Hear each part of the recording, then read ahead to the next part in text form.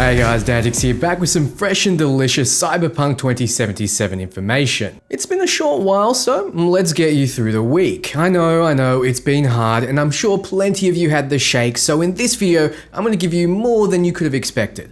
We're going to go through specific perks, talk more about attributes, cyberware, items, potential love interests, cameos, how the tech functions specifically, and much more.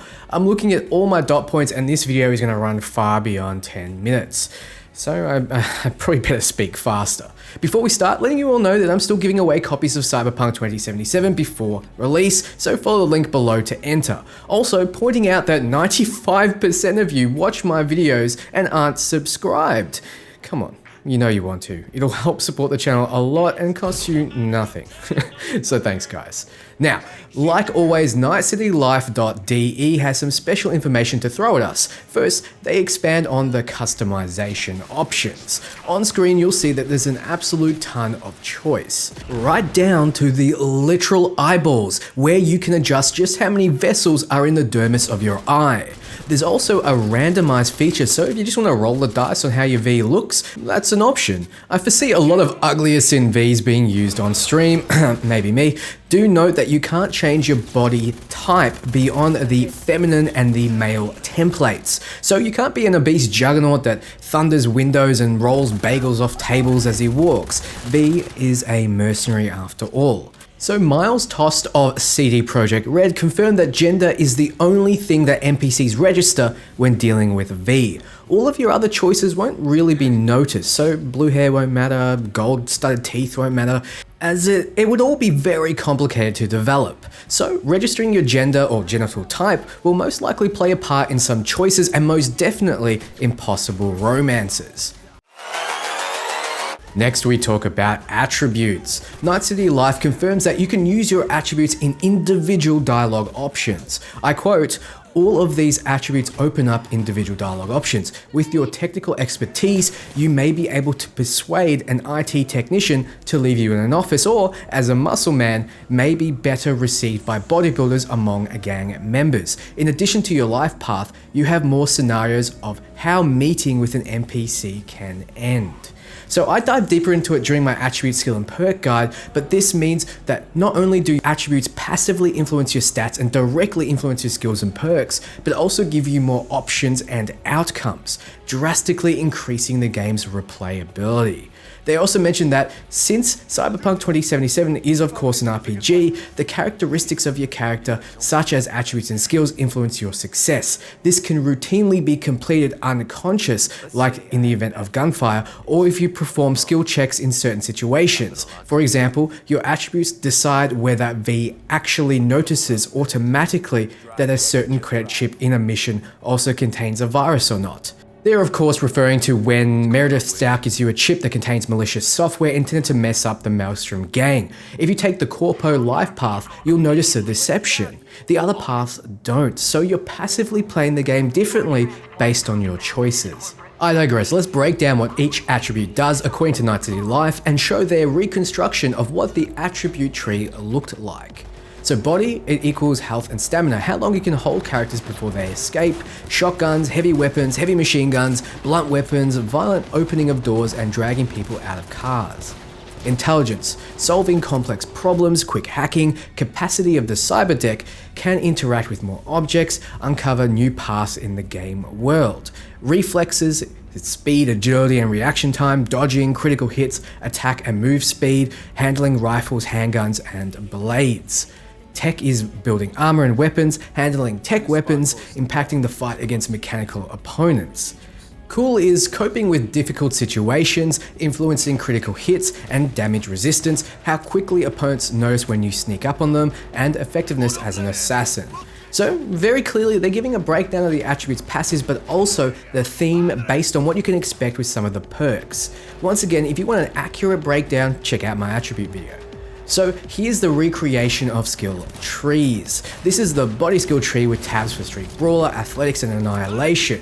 We can see that each perk has different levels and some perks are locked behind others. All the skills have trees like this one, so there are literal hundreds of perks. If you're anything like me, you're going to be paralyzed by choice and stuck in the skill tree for hours just reading.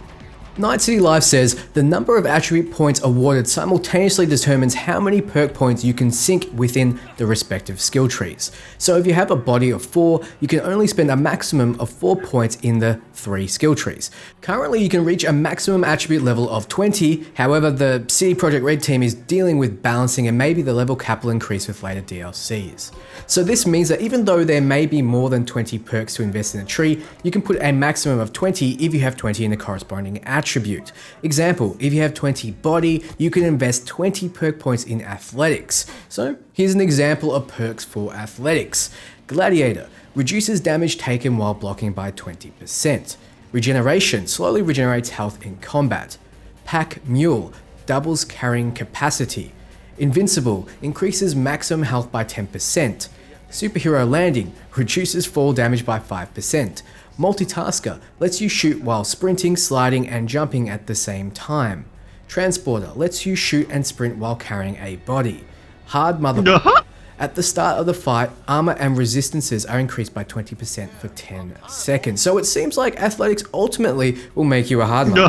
Whereas Street Brawler is mostly about hand-to-hand combat and Annihilation is about shotguns and heavy machine guns. To confirm as well, under the cool attribute we have the Cold Blood skill. It activates when your hit points fall below 40% and provides a buff based on the perks you have within it. Previously, it was thought to be 50%. So Night City Life also confirmed that using weapons will increase the associated skill, but leveling them up will grant a reward, one of which is the Blade Tree, and it can increase the likelihood of blade weapons triggering a lightheadedness debuff on the opponent during a heavy attack. Other bonuses could grant an additional perk point, for example. Visually, the more you use your blade and the higher the skill climbs, the better the animations will become. Same with weapons, the less clumsy you'll see when firing or reloading. So, as many of you know, the flathead robot Techie experience was removed, but here's why. The Techie was initially planned with the flathead robot that could walk along walls that the player could command to manipulate things. The problem was that the Netrunner could also change technical things from a distance, like hacking surveillance cameras, turrets, etc. Basically, the same thing. Then the team planned that the Techie might rather mess around with the wiring, but the Netrunner would change digital content, programs, or any screen shows, for example. But in the end, both effects of playstyles were too similar, and the division of tasks were too disadvantageous. The fact that the Flathead could quickly become a real pet with its own personality, and that 2 permanent babbling companions, which are Johnny Silverhand and the robot, could be too much for the player, and that was another aspect that the developers had taken into account when making the decision. So the flathead skill path was removed, and instead the techies will have 2 skills, crafting and engineering. Here are some example crafting skills. Master Gunsmith, 5% chance of getting an additional prototype component as crafting material for every item made. R&D, the said skill that enables you to upgrade items to their legendary quality level. Crazy Science is a trait, kind of like a master skill at the bottom of a talent tree, which increases the sales price of your items by 25%. So those wanting the best quality gear will need to invest some time into crafting. Next is engineering. Mech Looter. You can scrap from drones, robots, and mechs and have a 30% chance of finding weapon parts. Blast Shielding reduces your explosion damage taken by 10%. Shrapnel adds 20 additional damage to all previous grenade effects. Grenadier makes the explosion radius of grenades visible to you. Reverse Engineering lets you take off weapon mods. You can't touch this. Make yourself immune to the effects of your own grenades. So, interestingly enough, the Techie can function as a Grenadier or explosive class, able to dismantle tech, improve the quality of thrown items, and create said thrown items. During the gameplay B-roll we saw recently, when infiltrating the gang hideout to rescue the monk, we see V aiming a grenade's arc, and it shows the explosion radius. This means that this particular V had the Grenadier perk. Now that I know that engineering provides grenade-related perks, I might have to change up my initial build idea. I wouldn't mind grabbing the "you can't touch this" and throw grenades at my feet. So you can tinker with recipes and items. You receive material as loot by dismantling items or by purchasing them. You can also make consumables and weapons, weapon mods, armor, demons, cyberware, and other useful items. Homemade items are usually better than the off-the-shelf goods, as Miles Tost explained to Night City Life. Items you love can be upgraded, so if you find a rare gun at the beginning, you can give it a nickname, you can upgrade its stats and turn it into an epic or legendary weapon, provided you have the skill and materials. You can add scopes, silencers, skins, and mods. Most of this ability will come from the tech attribute and crafting skill.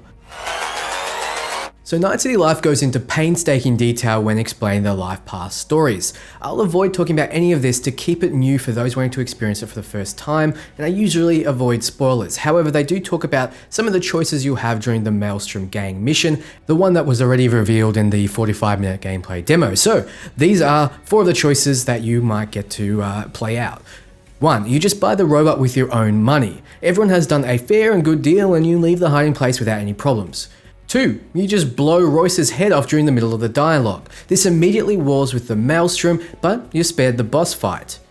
3. You hand over the contaminated ship to the Maelstrom, which is the same thing that you saw in the gameplay trailer. 4. You tell Royce about the virus and the gang is grateful to you.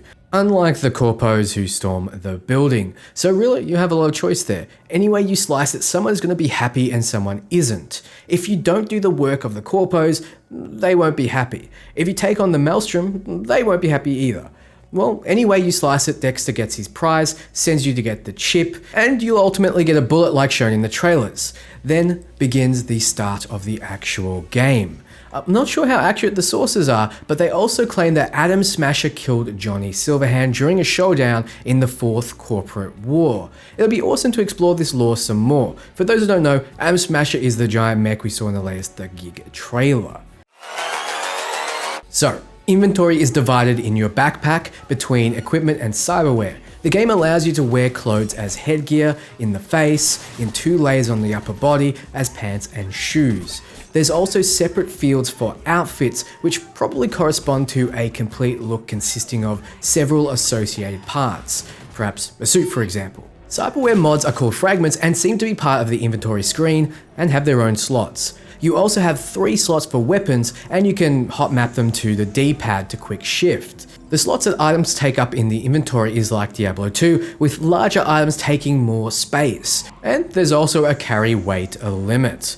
Items have different rarity levels: ordinary, usual, rare, epic, legendary, and iconic. Iconic objects are absolutely unique objects that mostly have their own names and were run by famous people. An example would be the Chaos Pistol from Royce, the Maelstrom boss, which also suggests that if you are running a pistol build, to absolutely kill Royce and side with the corpos in this choice, which 100% suits my Corpo Hitman style playthrough. So many people have talked about installing Cyberware, but there are different slots you have to install them. In your brain, you have 3 slots. You have a slot for eyes, you have 3 slots for cardiovascular systems, you have 2 for the immune system, you have 2 for the peripheral nervous system, you have 3 for skin, you have 1 for the operating system, just don't choose Windows, and for the skeletal system, you have 1 hand, 1 arm, 1 leg on both sides. They also have the same rarity system as items do, with legendary quality being shown off during the demo. Once again, there are active, triggered, and passive types of cyberware. Active must be activated by the player, like zooming in with cyber eyes. Triggered automatically triggers when something happens, like your health dropping for an instant heal. And passive cyberware is always on.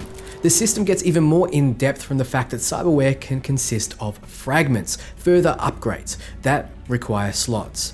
Here are some examples of cyberware that V can use.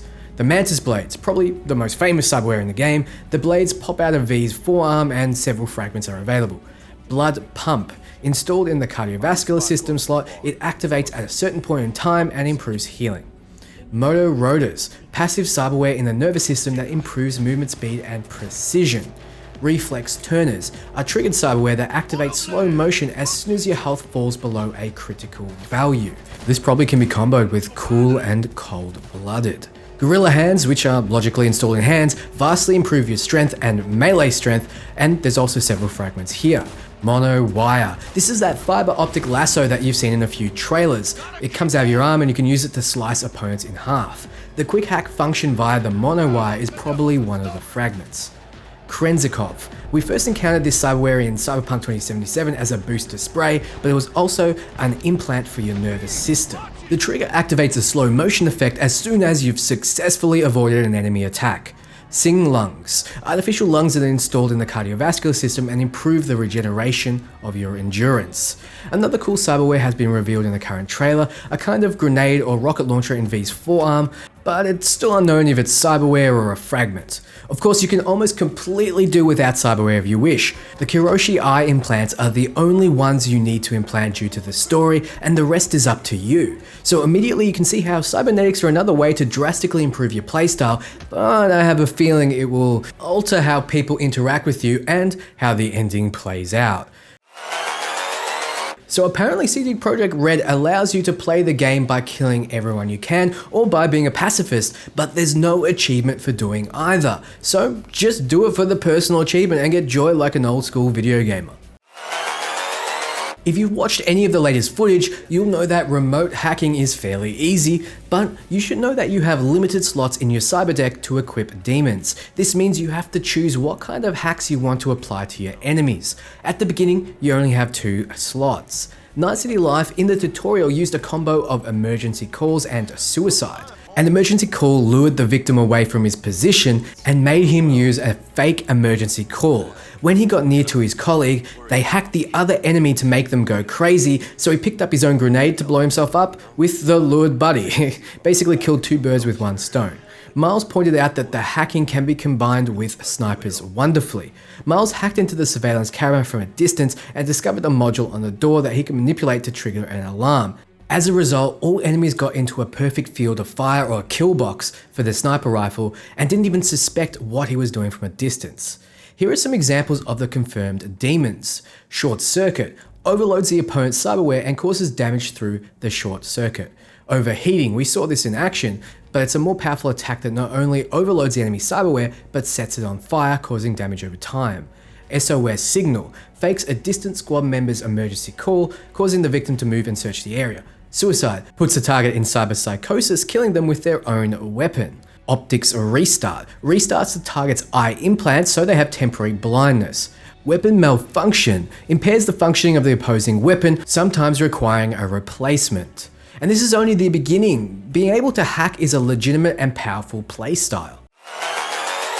So Paul L. Sasko, who was the lead quest designer on Witcher 3 and is the lead on Cyberpunk 2077, has been dropping some hints on his Twitter as to some of the male romanceable options. Maybe I'm reading too much into these, but he's asking, do you think he's armed, and saying, trust me, they are both very friendly, but both with a winky face, and that seems a little suggestive. The first images of the sheriff you meet during the Nomad Life Path prologue, and CD Projekt Red have already stated that the choice of your life path will influence the rest of your game. We know that this manifests itself in dialogue choices that help you in particular situations, but it was suggested that the characters you meet will pop back up again in your main line. Perhaps the sheriff makes an appearance and you have the opportunity to see if he's armed or not.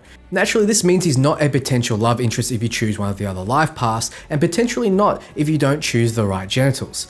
Then we have 2 relatively unknown characters that were teased by the wonderful Cyberpunk 2077 community team, Mr. Goldhand and Mr. Jenkins. Mr. Goldhand being the upgrade to Johnny Silverhand. No, not really, but you almost bought it. Mr. Jenkins looking a lot like the elusive man from the Mass Effect series. I kind of dig the vibe actually, but let's hope he isn't as predictable. Now perhaps Sasko's suggesting that all 3 are actually bad guys, rather than suggesting that they're romanceable, but somehow I feel a writer of Sasko's level wouldn't be hinting at something so obvious. So more hints from him as the Xbox Series X has released a new theme on Twitter. In that screenshot, we see a folder from Cyberpunk 2077, which is a very obvious hint that we'll see more Cyberpunk during the Xbox Games Showcase, which is on July the 23rd, 9 AM PT. We're also seeing the lead PR manager, Radek Grabowski, memeing it up, so I'm confident we'll get something. Speaking of social teams, Reddit user TheQuiver41 DM'd the Cyberpunk team, opened with a little coding relating to Siri camoing in Cyberpunk 2077. It was met with an access denied instead of file not found, which could simply be an oversight by the social team, or could mean that there is a Siri cameo or Easter egg in the game. And I wouldn't be surprised if there was, frankly, based on simply pleasing the fans. There are Cyberpunk Siri cosplays everywhere. So Reddit user Saval Chow is at it again and has updated his map with districts and images recently released showcasing each. With just a quick glance, you'll see the variance in environments, both culturally and physically. Some are slums, some are sprawling towers, and some have the sleek corpo style, and some look like they were cobbled together with iron. North Oaks has the feel of excess, and Rancho Coronado fits the outskirts shanty demographic. I have a feeling we'll be working our way into the corporate plaza the further along we get in the storyline, as it's a central piece, and to make Night City burn, we have to take down its kings and queens. Each district will have its own set of gangs, and a few people already put together an overlay, but I'm fairly sure there are some errors and it isn't complete, so I won't show it. However, we can expect a lot from the map in Cyberpunk 2077. I'm willing to bet we'll be discovering new things for years to come. So we have some sample pages of the Japanese art book released. It's low resolution, so making out the chicken scratches is close to impossible. I tried getting it translated, but all we could make out was the fluff information we already knew, so let's look at the pretty pictures. We have V and Johnny doing the hero pose. He's looking awfully alive and not at all like a hologram. Well, I can dream. We have some shots around Night City, so pause and take it all in. There'll be a ton of moving parts, different city biomes, different gangs within those, and so much to do. We'll be talking about it for years to come. Wait, I didn't I just say? I just said that in the paragraph before. Years to come. Now let's take a. Oh my god, I'm thrown with the years to come thing. Okay, there's a Korean art book and it's hit eBay. Sadly, like the Japanese version, we get nothing but low resolution images. This is just clearly intended. I've tried having it translated as well, but once again, nothing of value was said that we can make out. So let's just awe at the pretty pictures. In the index, we see a man sitting next to a pupper. Oddly, this pup doesn't look entirely cybernetic. One rumor going around is that all animals are cybernetic and most are extinct in the world. So here we have a cityscape shot with a bit of a cyberpunk overlay. Next we have the very obvious Taser Titties Midnight Lady accessory. No idea if this will be a cybernetic enhancement in the game or this is just an in-game ad, but if you want to get the spark back into your sex life, this augment might be for you, though I would much rather have a pair of machine gun jubblies. Next, we have some artwork of a trauma team. It's nothing new here, and we know how they work in that 45-minute gameplay demo. Next, we see an official map of Night City and its districts, alongside a bit of info on Pacifista and what was planned for it before it was abandoned by the rich and occupied by the seedy. Next, we have some art of the Voodoo Boys gang, a gang who focuses on hacking, and the Valentinos. I'm getting real Morpheus vibes from the Voodoo Boy and a bit of Yakuza vibes from the Valentinos. No doubt we'll have a lot of dealings with both. Next, we see some more art of the Mocks, which is a gang I'm fairly certain a lot of young boys will be vying to gain favor with. Next, we have some warnings about brain dancing and its effects on the mind. Then some information about the heavy machine turret. Not sure if V will be able to deploy one of these, but we do know if you have enough body, he can rip the turret off the stand and fire it at his enemies. With enough tech, he can reprogram it to fire at enemies instead of him. The Quadra Turbo R looks kind of sleek, but it'll be interesting to see how different car models function in the game, and I'm still kind of sad we can't customize them. And then we have some very suggestive advertising, now in king size. However, if we look at the bottom right, we see some more gun manufacturers. I'm not sure if this is a full list or is just a few we can expect. However, there are some here that I haven't seen before. Arasaka plays a prominent role, and you've seen a few of their weapons, including your very own Mantis blades. You can pause here and Google all the ones you see, although there isn't really much information to be gained without solid examples. All this list really says to me is, we have a lot of weapons to expect, and it's giving me a bit of a Borderlands vibe.